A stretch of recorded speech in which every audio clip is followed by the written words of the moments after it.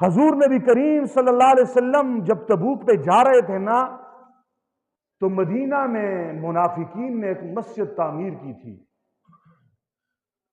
جس کا نام مسجد زرار ہے، اور اس کے بانی مبانی ابو عامر راہب تھا جس نے عیسائیت کا مذہب قبول کیا تھا اور حضور کا دشمن بن گیا، روم چلا گیا ہرقل کے پاس۔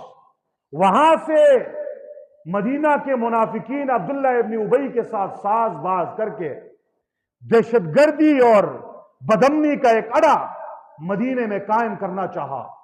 یہ تعمیر کیا اور رسول اللہ کے پاس آئے، کہنے لگے اللہ کے نبی آپ ریاست مدینہ کے حکمران ہیں، تو سرکاری طور پہ آپ بطور حکمران ہماری اس مسجد کا افتتاح کریں تاکہ سرکار کا سٹیمپ اس پہ لگ جائے کہ اسے سرکار کی طرف سے یہ سرٹیفائیڈ ہے اور یہ رجسٹرڈ مسجد ہے۔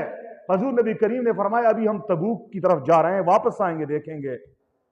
راستے میں حضور نے فرما دیا تھا، اپنے دو صحابہ سے فرمایا، ایک کا نام مالک بن دخشم ہے، ایک کا نام مان بن عدی ہے، فرمایا تم دونوں جاؤ اور مسجد زرار کو منہدم کر کے اس کو آگ لگا دو۔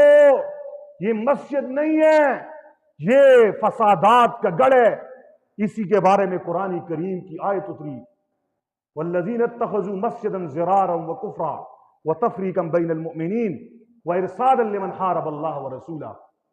فرمایا وہ لوگ منافق اتخذوا مسجدا ضرارا، جنہوں نے مسجد زرار تعمیر کی ہے، وکفرا وتفریقا بین المؤمنین، کس لیے؟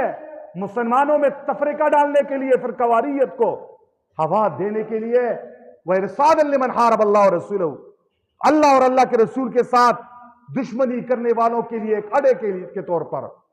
چنانچہ رسول اللہ صلی اللہ علیہ وسلم کے یہ دو صحابہ کرام گئے اور انہوں نے اس مسجد کو منہدم کر دیا اور اس کو آگ لگا دی کہ یہ فسادات اور بدامنی اور دہشت گردی کا گڑھ ہے۔